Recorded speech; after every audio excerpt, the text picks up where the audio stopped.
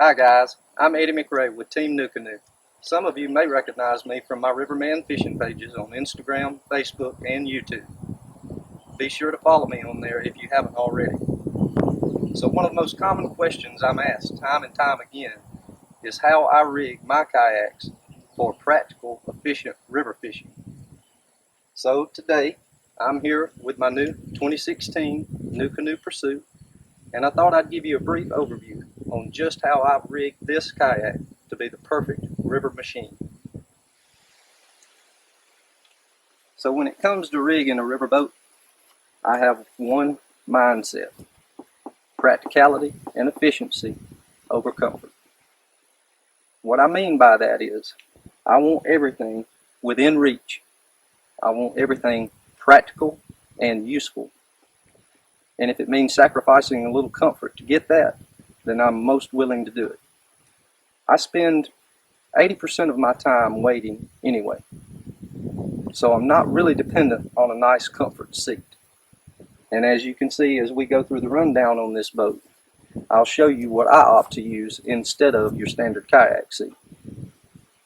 But just keep in mind, the one thing that I do concentrate on more than anything when I'm rigging a riverboat is practicality over comfort. Okay, so what I'm going to do here is give you a complete rundown, front to back, of just how I rigged this boat. So let's get started. First off, one of the most important tools for me is an anchor trolley, a good, useful anchor trolley, especially when I'm fishing from the boat in extreme current. This anchor trolley is going to allow me to control my rate of drift or completely anchor myself still, no matter what the conditions.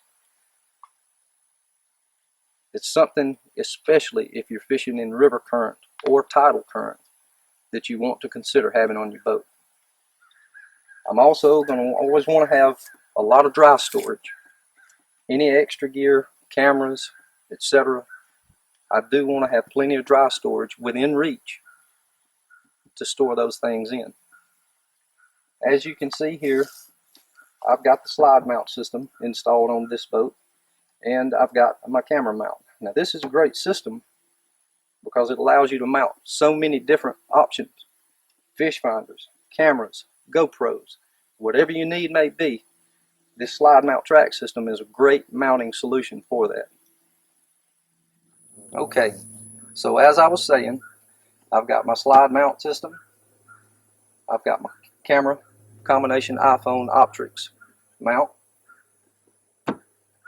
good firm location for a paddle holder, and as you see here, I've got these two dry boxes tethered, firmly held in place. These contain my GoPro cameras and my Nikon DSLR, both in dry boxes, both readily accessible and easy to get to. As I said earlier, I'm always looking for that easily reachable location for anything to be stored. If you look further back, you'll see that I've mounted two other dry boxes here on the slide tracks in the floor of the unit. These are perfect for me because one can hold all my credentials, anything that comes out of my pockets, wallet, etc. And the other can hold any particular baits, plastics, hooks, terminal tackle that I happen to be using at that specific time. I always want it to be quick and easy within reach. If you come further back, of course, I'm always going to have a high quality PFD. Now this PFD serves two purposes for me. Number one, it protects me, keeps me from drowning. But number two, it also serves as a backrest. So if for any given reason I hit strong current, extreme rapids, class 2, class 3 rapids, I can always, instead of sitting on top of my cooler, I can sit down in the floor lower my center of gravity, and become a little bit more stable. And my PFD serves as a backrest cushion against the back of this cooler.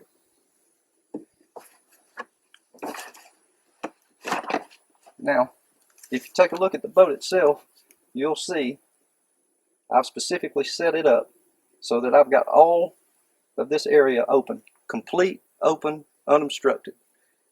That's so I can stand without ever having to worry about tripping or stepping on any gear at all. I can literally turn 360 degrees with no trouble at all. This is especially useful if you're fly fishing. But not just fly fishing, any type of fishing. You want that maneuverability, you want that stability, and you want to be able to stand. So if you come on back, you'll see here I've removed the factory 360 swivel seat, and instead I've opted to use my cooler.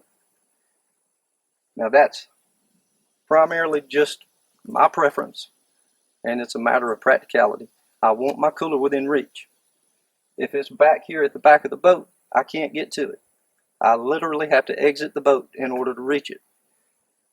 But me utilizing it as a seat allows me easy access to it whenever I need it. I have extra rod holders mounted on the sides.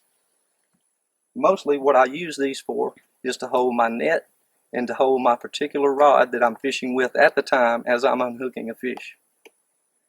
Now if you'll come in a little closer, I'll show you the track system that I've made for this. The cooler is easily removable and comes out in just a matter of seconds.